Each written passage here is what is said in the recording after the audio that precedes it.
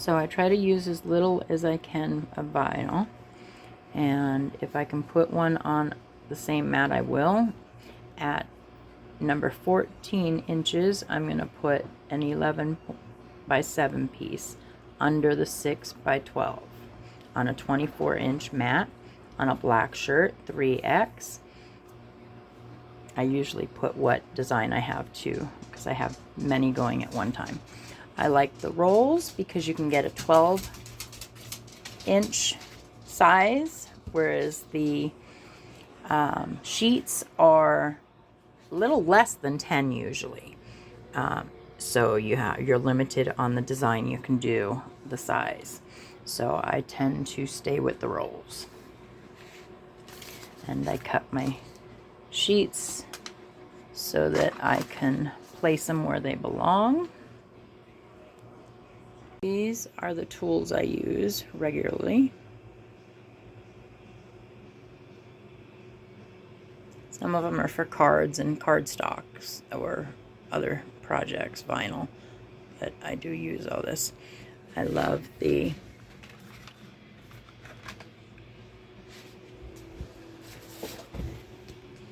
templates, but I don't like where they tell you to put it. It's too close to me if you have a smaller design. So I like to put mine in the front here, between here, and in the back right there. And I use this from the collar in the middle. I don't wrap this around because it all comes up too high if you do that. So play with your placement on where you want it to go and what you like best. When I use long mats, I like to put something to hold it, so I made myself a little box for my holding so that it holds right and it doesn't just slack off and bend the vinyl off. Also, always leave enough space behind because your mat is going to come through. So if you have the small mat, it'll come through 12 inches. If you have the long mat, it's going to come through 24 inches or almost 24. So always make sure that the back of your machine has enough room for your mat. I carry different blades, so I have the blade holder. Comes in handy. I can keep all my blades in there. And then I keep my backup regular fine blades in here because I use a separate one for my paper products and then a separate one for my vinyl. Oh, I'm working on my paper one. I got to change that. With HTV, you do want it to be the dull side up and the shiny side down when you're putting it on your mat. You can always lift the corner with your tool carefully and see which one pulls up. But you want mirrored, always mirror your design so it prints backwards because it's going to go on the shirt through the shiny side. So it'll be right ways that way. Now on the mats, you can go backwards or frontwards. Doesn't matter. But at this side you've got the centimeters or millimeters. And over here you've got the inches. So that's how you want to use it. And then as you go in,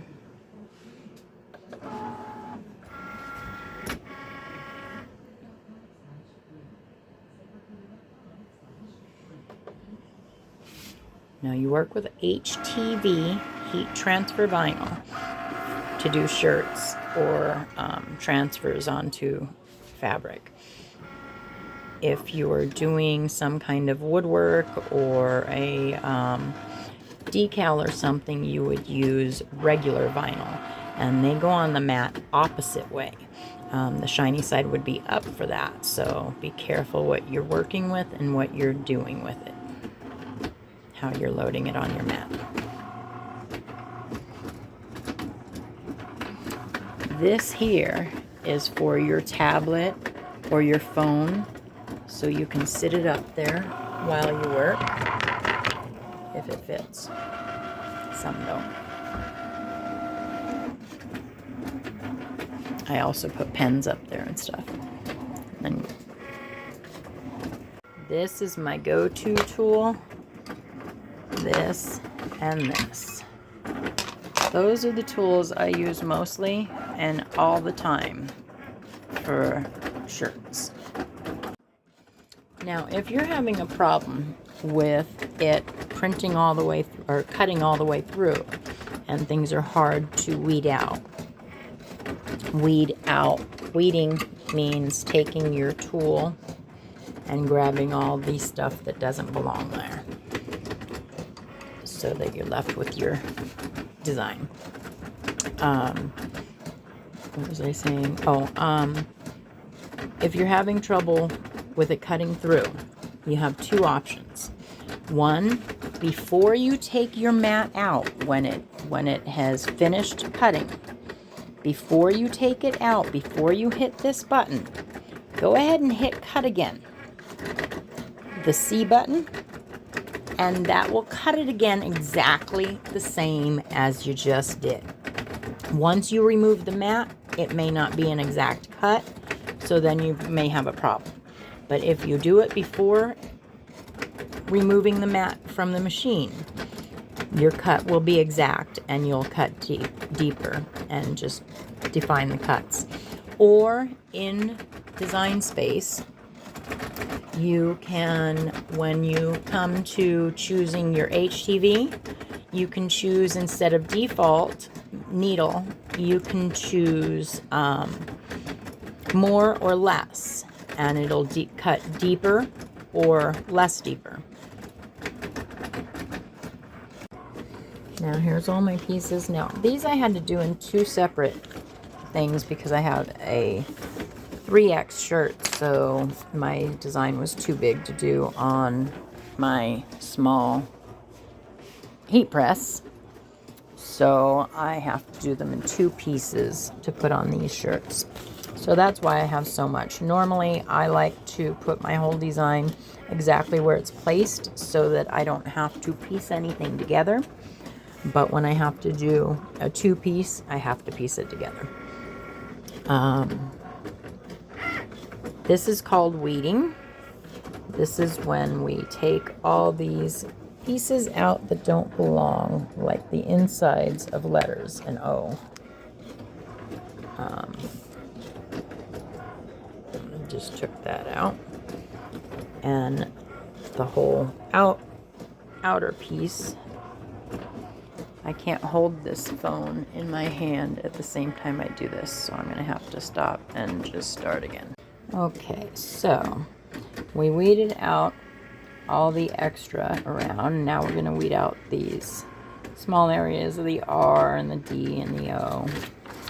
And this is how it'll look when it's put on the shirt.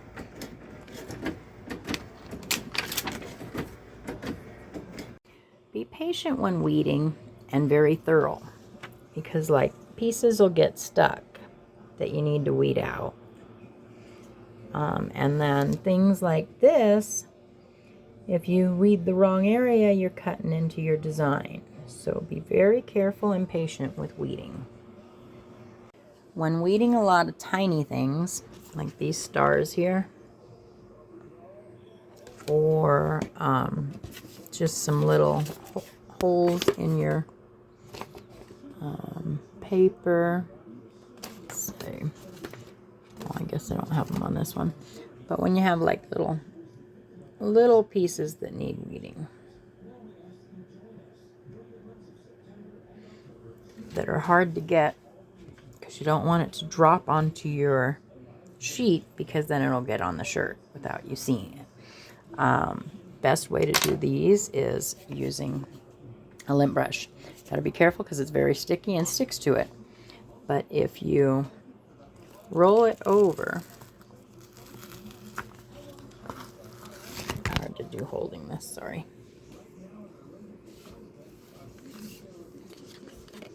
If you roll it over it, it'll take some of them off. You have to make sure it got all, but it does a lot of your little work for you. So that's just a trick for all the little stuff that's hard to weed. That one I did not get to weed at all, but there's only a few stars I need to take out with my weeding tool. Okay, make sure to weed thoroughly and double check everything. Oh, look, I forgot a star that fell off my weeding tool. Need to get that off there. And check it from the front and the back. Read it all, make sure everything is done. And get off anything that doesn't belong there. Because if any little speck is on there, it's going to get on your shirt.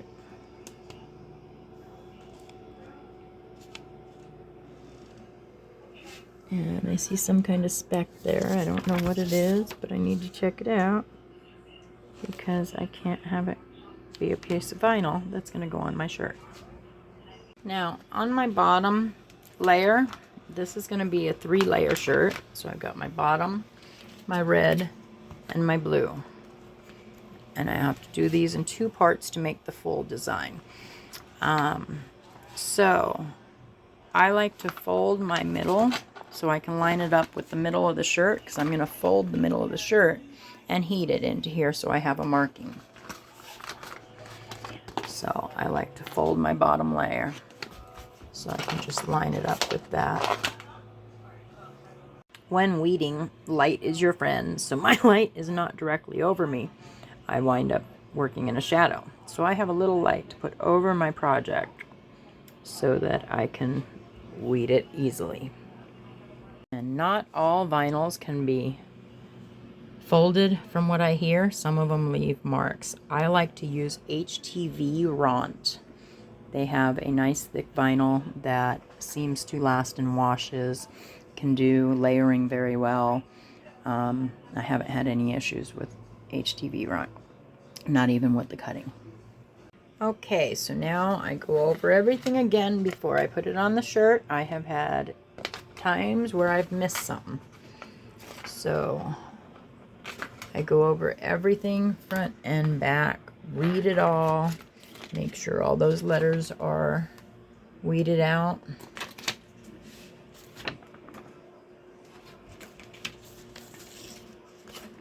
And then we can go for the heat.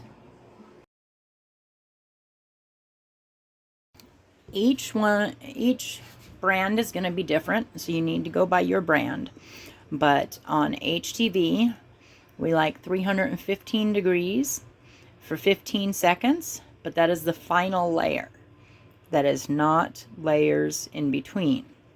The lower layers we would do for just 5 to 8 seconds, depending on how long it takes to hold it down without pulling it up. So you got to be careful trying it. Usually my machine at 315, usually about 7 seconds does it. And then I can pull the plastic off to put the next layer on. Now while it's heating, I wait till it's about 200 degrees and I fold my shirt in half on the back or front, depending on what side I'm putting my print on. And I fold it in half so I have my template of where to put my design in the shirt. So everything's always centered.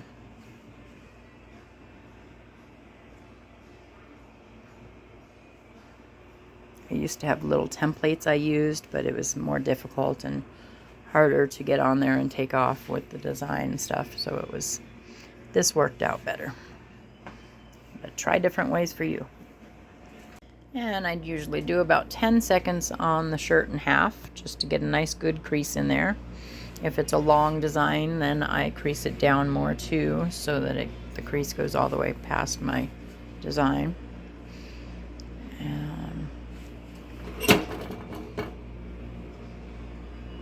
And this also heats the shirt and takes out any humidity. Okay, so I use my color ruler and I don't put it around it because I think it takes it too close to the neck. I don't like it that high. So I put it around the 2. And with this design, it's a longer design, so we'll do it 2. And that's where I'm going to start my lettering. And then I don't know if you can see the crease, but there's the crease I made in the shirt. and it goes all the way up here. And then I match my crease to it. And I'm exactly centered. And then I pick the shirt up to make sure it's centered and nothing's crooked or anything looks weird.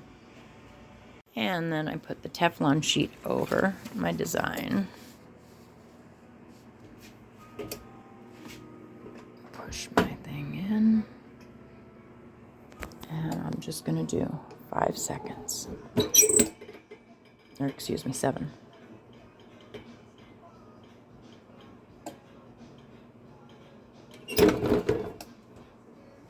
And that should have done it. So I'm going to carefully, to check this, I'm going to carefully pull this up and see if it comes off. It's coming off easy. Okay. So this is a cool peel, but I do it when it's hot. I find it easier to take off. Now the second layer, with this design, you can't do this with all designs, I can't with my next one, but with this design I was able to cut out enough so that I can go around each other and put both colors at the same time. That's less heating I have to do and no worries of overheating. So that one, whenever you can, that's what you want to do there.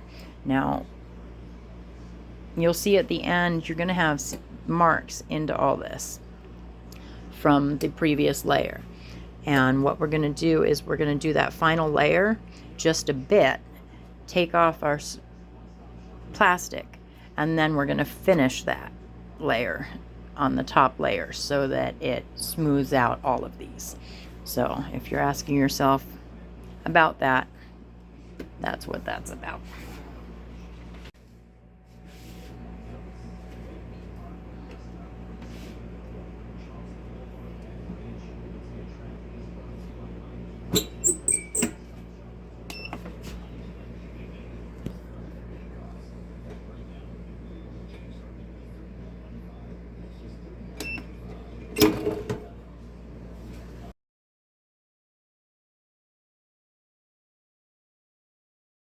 Now in doing my next part, I need my next design to come up to here. So I don't want to overheat this anymore. So I'm going to move this back here and then put a rag over it as much as I can so that it's not getting any of the direct iron. And I can still press the other one because you got to make sure it's completely under and part of it's not getting cut off from the heat. Now with this second half of the design, I had to do the blue and red separate. So again, I only did the blue for a few seconds, 7 on this brand.